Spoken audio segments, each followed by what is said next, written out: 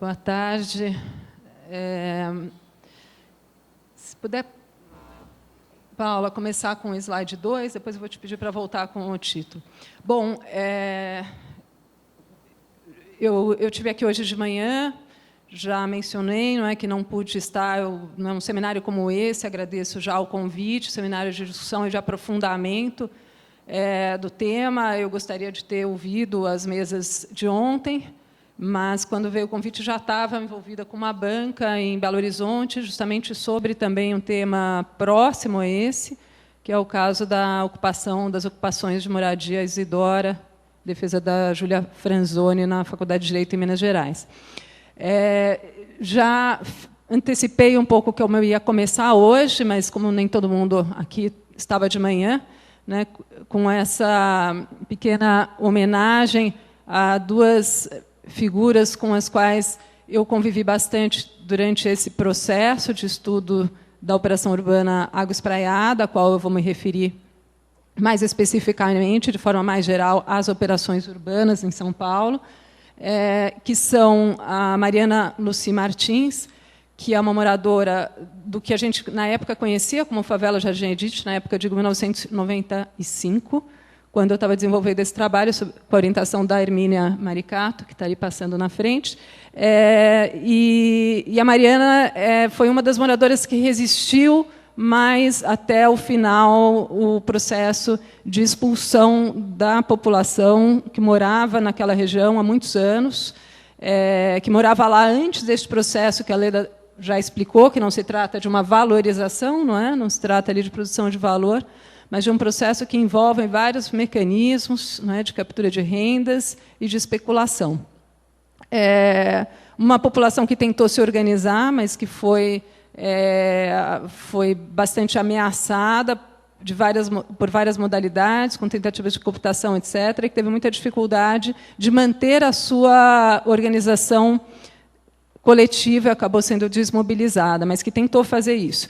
E uma outra segunda figura, o senhor Gerôncio, a gente teve aqui a presença da Carlina de manhã, filha dele, que contou sobre o envolvimento dele todo na luta de Jardim Edith II, que é a continuação da favela do outro lado da Avenida Berrini, já em direção a Jabaquara. Então, um movimento que, daí, de alguma maneira, conseguiu se organizar mais coletivamente, resistir e até hoje está lá. A família está lá, o seu Gerôncio, infelizmente, faleceu há alguns anos. Então, o nome dele, eu homenageio toda a população que se organizou e resistiu em Água Espraiada, e também aqueles que foram expulsos, e que foram... já vou mostrar onde é que foram parar e os custos que tiveram com esse processo, o qual, já adianto, para mim, tem sim relação com o instrumento urbanístico Operação Urbana. A frase que está ali em cima, como eu coloquei de manhã, uma frase da Marielle, e, como eu falei, a gente saudar a presença da Marielle e também a presença do seu Gerôncio, que teve uma importância muito importante na prática e na luta, na linha de frente da luta em relação à Operação Urbana Água Espraiada, e que, como a filha dele bem colocou, em certo momento percebeu que ele já não vivia só a vida dele, mas vivia como parte desse movimento de resistência. Aí, se puder voltar para a capa da apresentação, esse título eu coloquei como, também, de certa maneira, uma homenagem à minha ex-orientadora, Hermínia Maricato, que me passou esse texto há muito tempo, um texto escrito há mais tempo ainda, e me parece que ele ainda tem uma força para nos ajudar a entender esse processo e sair da armadilha da discussão do instrumento urbanístico como algo neutro, como algo que pode ser aplicado para bem e para mal, tentar fazer uma espécie de exercício de uma economia política da operação urbana. Então, é um pouco por aí que eu vou, já desresponsabilizando a Hermínia por aquilo que tiver ou de erro aí, ou de incapacidade minha de, nesse pouco tempo, fazer alguma coisa, que é um desafio muito maior do que seria possível. Mas o que eu queria mais era marcar uma posição de que essa abordagem ela pode nos ajudar a compreender, a tentar afastar um pouco essa cortina de fumaça que me parece que foi criada pelo instrumento urbanístico, né, quando a gente acredita mais no que ele promete, no discurso, do que na realidade, tenta fazer uma leitura dele sempre mais rente à realidade, o que não quer dizer só empírica, rente à realidade também tentando desvendá-la e compreendê-la do ponto de vista teórico, mas sim imerso na empiria, imerso nesse caso. Foi a Hermínia que me colocou até, inclusive, lá, me provocou a ver em campo o que estava acontecendo, e acabei me envolvendo dessa maneira com essa história, com a história da Mariana, que está ali na foto, com a história da população que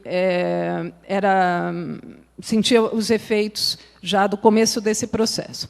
Bom, eu adianto que não sou daqueles que demonizam as operações urbanas, no sentido de que não atribuo a elas um caráter demoníaco, não acho que elas sejam obra do demônio, eu acho que elas são obra dos homens, ela é um processo social, e é como processo social que eu quero analisá-la, trazendo aqui pesquisa, evidências empíricas, e digo isso não por conta de discussões que aconteceram ontem, porque eu não estava aqui presente, não tive nem tempo de entender direito quais foram, então não estou me referindo a nenhuma afirmação que tenha sido feita durante este seminário, mas afirmações que eu escuto desde que eu comecei a estudar essa operação urbana.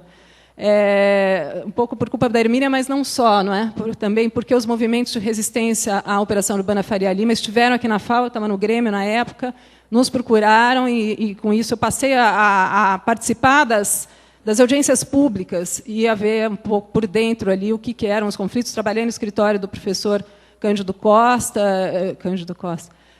já fica aqui minha homenagem ao professor Costa, que faleceu recentemente, mas ao professor Cândido de Malta Campos, que foi convocado pelo pessoal da defesa ali, em relação à Operação Urbana Faria Lima para tentar fazer um processo conciliatório.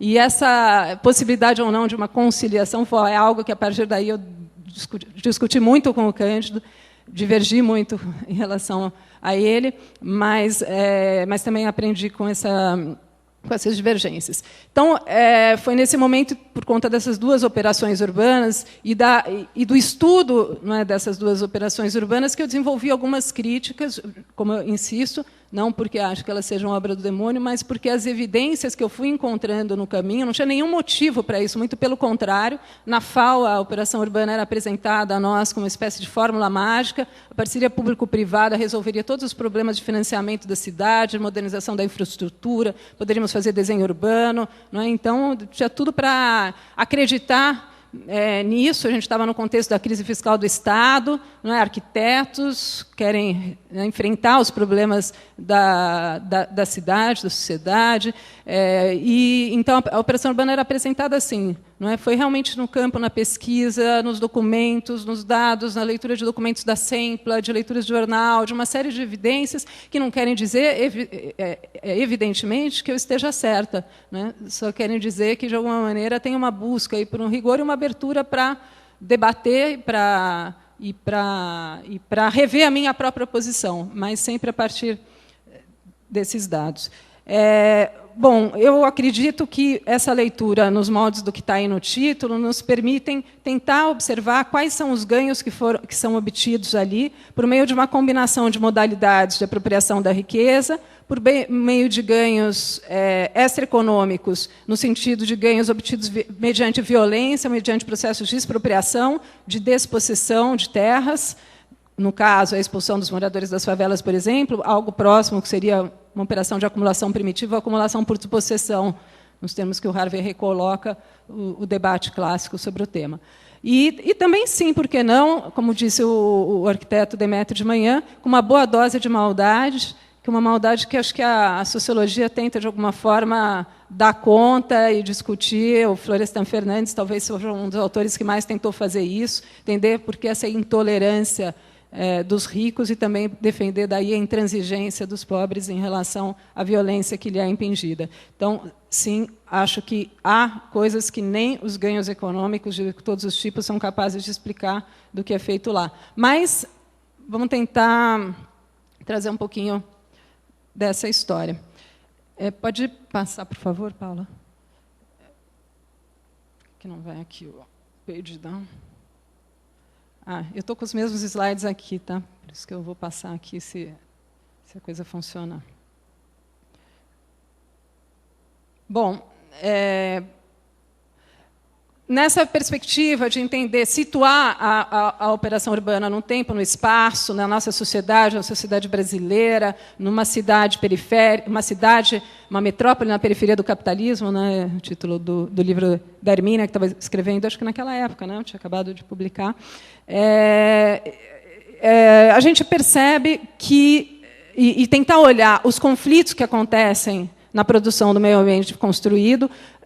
Uma pista logo inicial de pesquisa, que eram as duas operações principais da época, aconteciam nessa pequena região da cidade, a região, né, que esse mapa mostra, a região que tem os melhores indicadores de renda, de rendimento, de todos os tipos, e onde se concentrava a maior parte dos investimentos públicos e privados. Isso me deu algumas pistas em relação ao que seria uma economia política da operação urbana, em que lugares que ela funciona, em que lugares que ela não funciona, qual é o seu motor, né, como é que são os ganhos obtidos, é possível ou não direcionar ela para outros jeitos. Essa série de questões que estão sempre em debate. Se eu for partir, como tentativa era partir desse texto do Harvey, do texto, eu vou dizer que a sociedade, ele vai dizer, né, precisa criar uma paisagem física apropriada, em linhas gerais, às finalidades de produção e de consumo. Mas esse processo de produção do espaço é cheio de contradições e de tensões, de conflitos e de correntes cruzadas. Esse texto é um texto que, então, o título dele é aquele que eu coloquei, não é? No Trabalho, Capital e Luta de Classe no Meio Ambiente Construído, mas o texto dele é no meio construído em sociedades capitalistas avançadas. Sempre que eu releio esse texto, eu me coloco o que é um texto desse em sociedades capitalistas periféricas. Não é? Em que sentido o Harvey, mesmo num texto teórico, eminentemente teórico, que ele busca armar o problema de forma teórica, as evidências empíricas que ele traz, e ele coloca isso abertamente, vêm da Inglaterra e dos Estados Unidos. Com as nossas evidências empíricas, com o nosso conhecimento da história e da sociedade brasileira, não é como é que a gente interroga esse texto, não se trata de aplicar esse texto à realidade brasileira, mas como é que a gente olha para ele à luz da nossa realidade, e como é que a gente volta para a nossa realidade de alguma maneira armada pelos conceitos que ele ali formulou, mas também acompanhada pela nossa própria história de pensamento crítico, de tentativa de compreensão da nossa formação social. Então, como eu falei, eu vou mais tentar armar um pouco isso e contar, sem desenvolver, porque eu não poderia entrar em cada uma dessas categorias na operação urbana, mas só tentando dizer que, por aí, eu acho que a gente pode, eventualmente, não ficar na armadilha da discussão no plano das ideias. Bom, as categorias que ele coloca ali são essas, né? Que não estão na tela, mas logo estarão. Renda, juros e lucro, dreno para o capital excedente, meio de consumo e sua própria reprodução. O que ele está, numa coluna aqui, ele está dizendo, não é, quais são os tipos de ganhos que se apropriam, e na outra coluna, quem se apropria deles. Não é, como a Leda falou, nós estamos num trabalho em andamento, né, Leda? Então, estamos aqui, até faz parte das nossas atividades aqui, e espero que numa próxima, de repente, a gente consegue até já apresentar alguma coisa juntos. Por enquanto, nós estamos fazendo isso. Eu vou beneficiar muito da dedução teórica que ela fez e vou tentar colocar em movimento, também desresponsabilizando ela se eu colocar em sentidos do qual ela não concorda. Bom, renda, quem se apropria da renda, os proprietários da terra e as empresas imobiliárias. Então, muito do que acontece na operação urbana tem a ver com renda. Renda, como ela falou, por quê? Não é? Porque a terra é um ativo diferente de outras. Ela se transforma em mercadoria, não é? O mercado de terras é instituído, inclusive, no Brasil, é instituído onde ele não existe originariamente, no momento originário de formação do capitalismo. E, ao ser instituído, ele cria essa possibilidade dessa remuneração pelo título de propriedade, como ela colocou, e não pela produção do valor. É diferente, portanto, de um processo de valorização, de um processo de produção do valor, processos de ganhos que se dão pela renda. Juros e lucro, sem entrar, então, em cada um deles na discussão teórica, ou, pelo menos, da discussão da categoria. No nosso caso, a gente tem que ficar atento aos interesses da construção. O que tem de interesses da construção ali? Não é? O que se construiu na operação urbana? Quem são os construtores? As empresas que construíram, elas elas realmente se apropriam principalmente de juros e lucros, ou, de alguma maneira, elas também conseguem ou tentam ter ganhos rentistas ou ganhos de renda fundiária? O capital em geral, não é? A cidade se coloca como uma frente de investimento no capitalismo, de investimento por capitais, às vezes, gerados em outras esferas, não é? Que, por algum motivo, resolvem fazer um investimento no urbano ou na cidade. Acontece isso na operação urbana? De que maneira? Né? A força de trabalho. Como é que a força de trabalho participa da operação urbana? Para a força de trabalho, a cidade é meio de consumo e é também lugar da sua própria reprodução. Então, a infraestrutura da cidade é importante, os processos, o deslocamento, como é que se dá os deslocamentos, o transporte para o trabalho, etc. E o lugar de moradia. Não é? Como é que a gente pensa isso? De novo, Harvey nos ajuda até um certo ponto, depois a gente precisa ir com as nossas próprias pernas e, de preferência, não é, com pessoas que já fizeram essa discussão. A discussão, por exemplo, o que é o significado da autoconstrução no Brasil, o que é o significado da autoconstrução do ponto de vista de uma compreensão mais geral do que foi a industrialização brasileira, por que a população mora em favelas, etc. Tudo isso passa, não é, pela compreensão desse caso.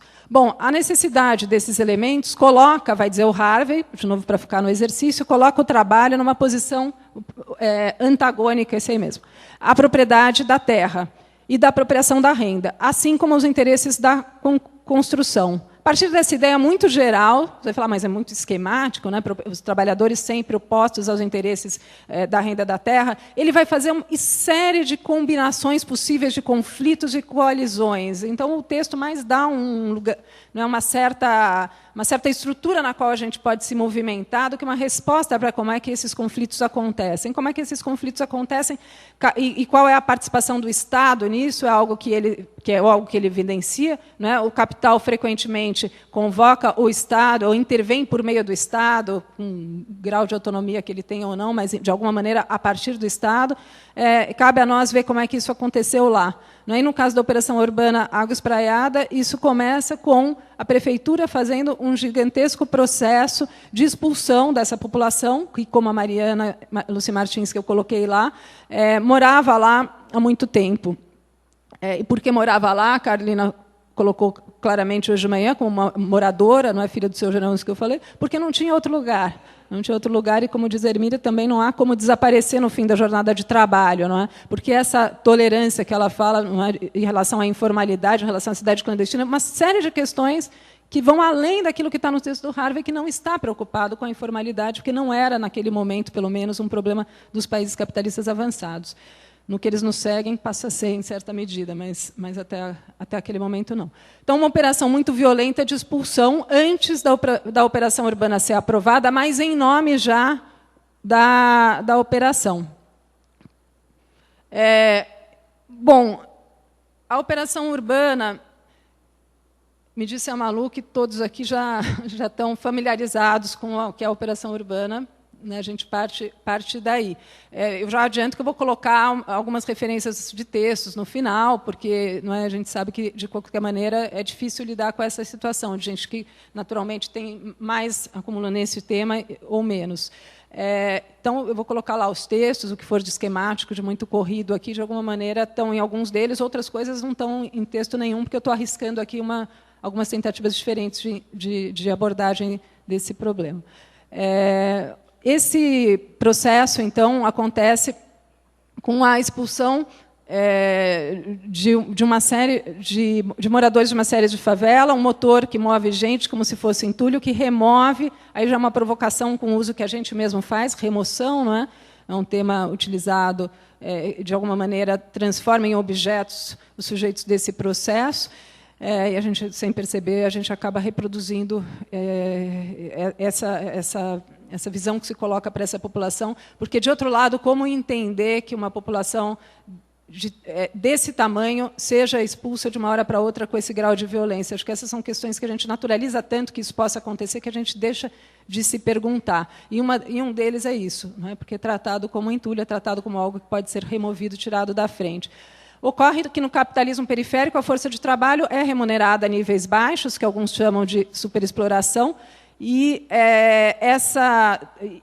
a definição, então, do que é qualidade de vida, do que é a qualidade mínima de vida, que é objeto de disputa no capitalismo dos países avançados, como vai dizer o Harvey, aqui se dá de forma rebaixada, não é? A patamares mínimos, representando uma redução no custo de reprodução da força de trabalho. A partir daí, industrialização e formas de habitação precária andam juntas, algo que Lúcio Kovarik chamou de espoliação urbana. Então, a operação urbana acontece nesse mundo da precariedade, da espoliação urbana, de uma população que é marcada pelo esse corte que não existe necessariamente nos países centrais, do ilegal entre o legal, né, entre o formal e o informal. Uma dualidade que é criada pela realidade, que precisa ser enfrentada do ponto de vista prático e teórico.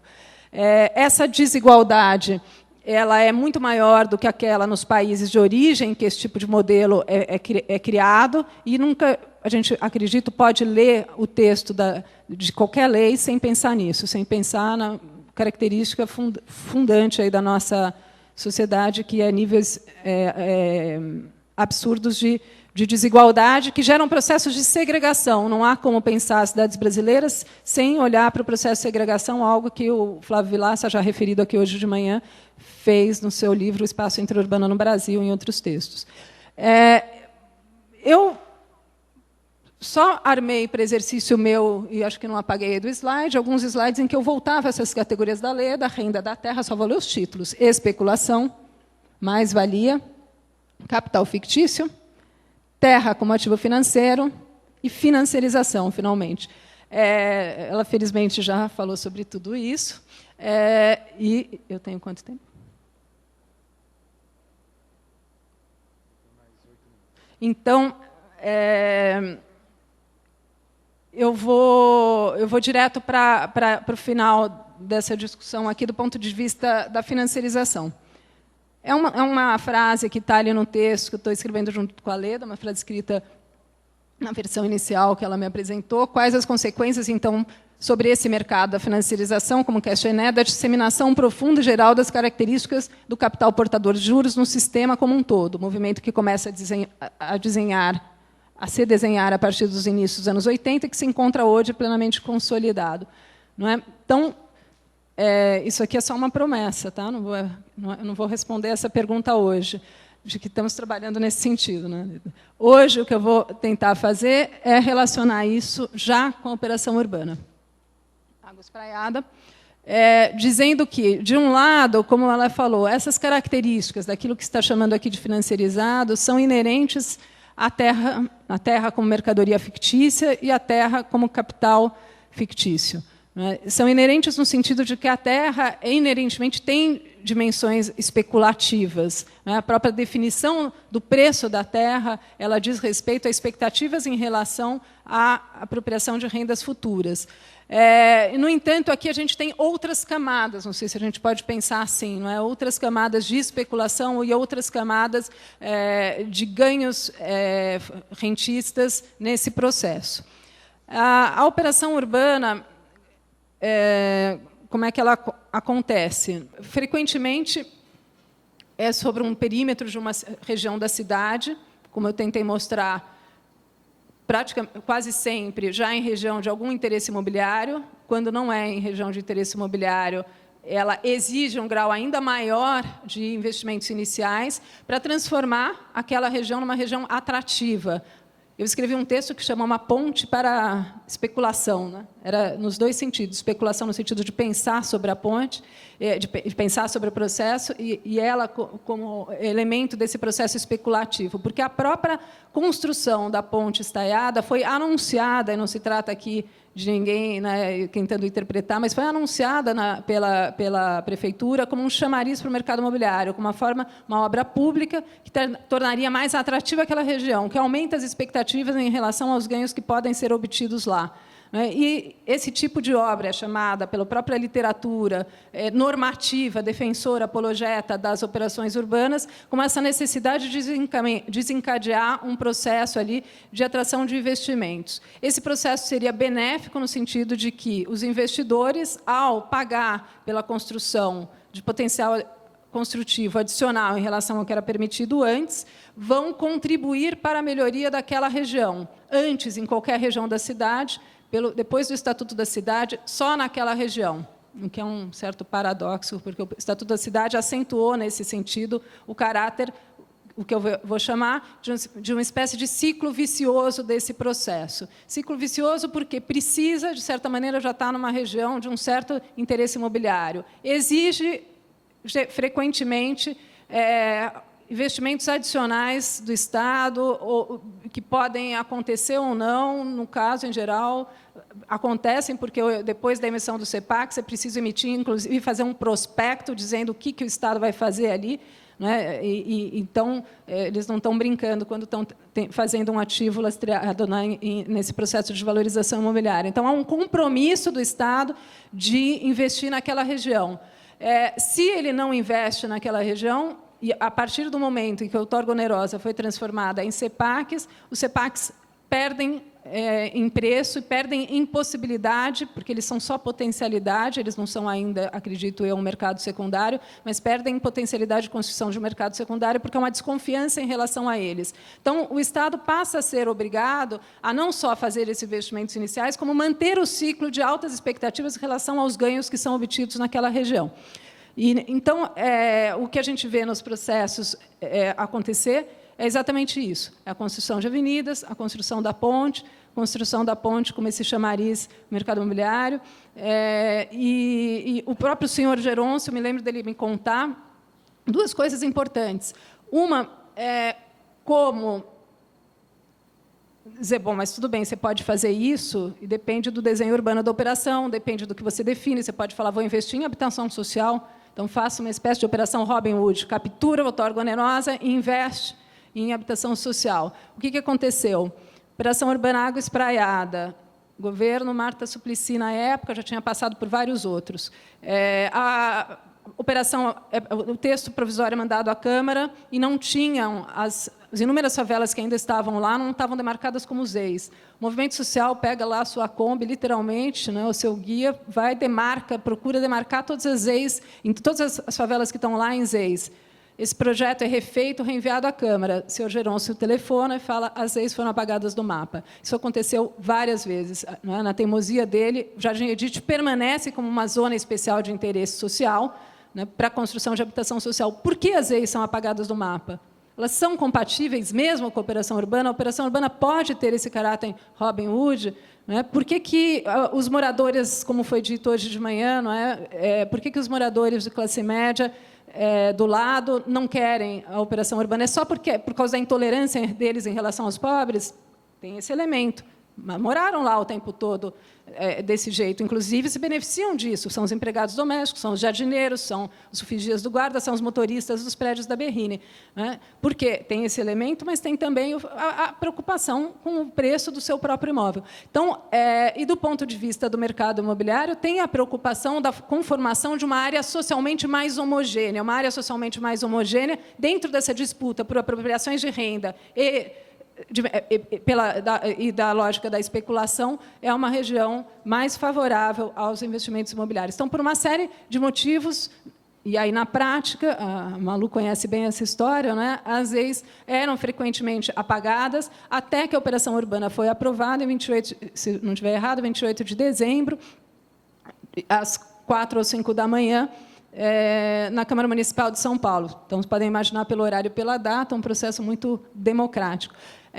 A outra coisa que ele fala é que, quando ele participava, o senhor Gerôncio participava das reuniões do Conselho Gestor. A operação tem um Conselho Gestor, ou seja, tem participação. Ótimo, tem participação popular. Tem um representante das favelas. Tem também, quem mais? A gente pode depois colocar isso no debate, porque eu já estou recebendo chamadas.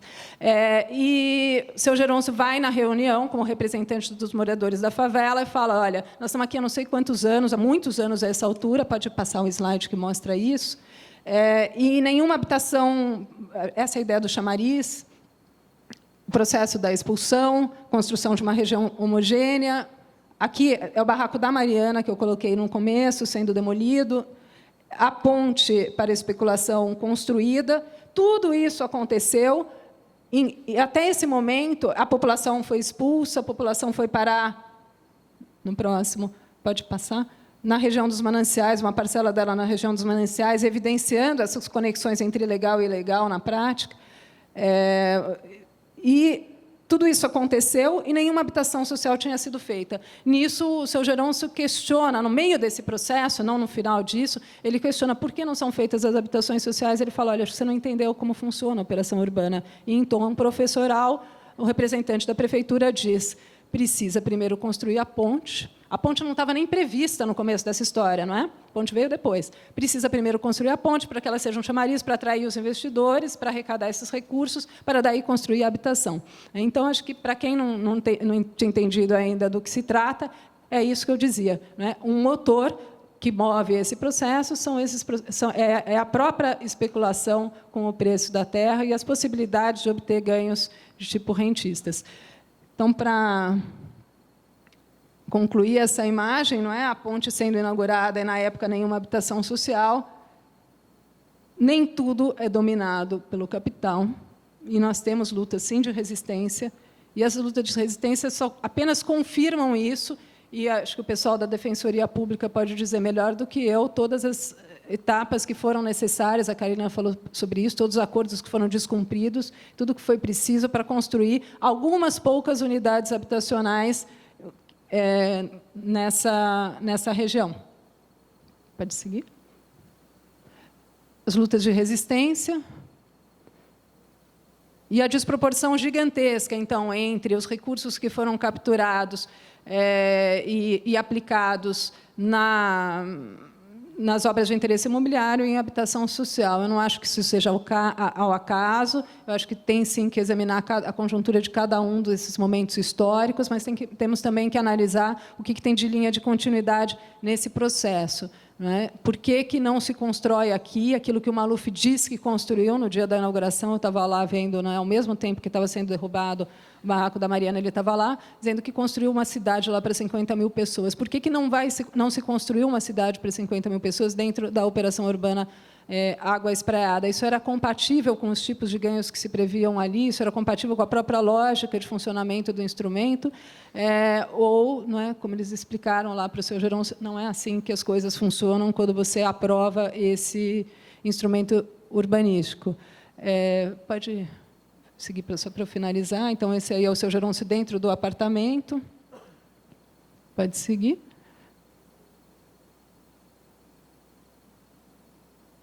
A UBS que foi construída, não é, do qual ele se orgulhava muito.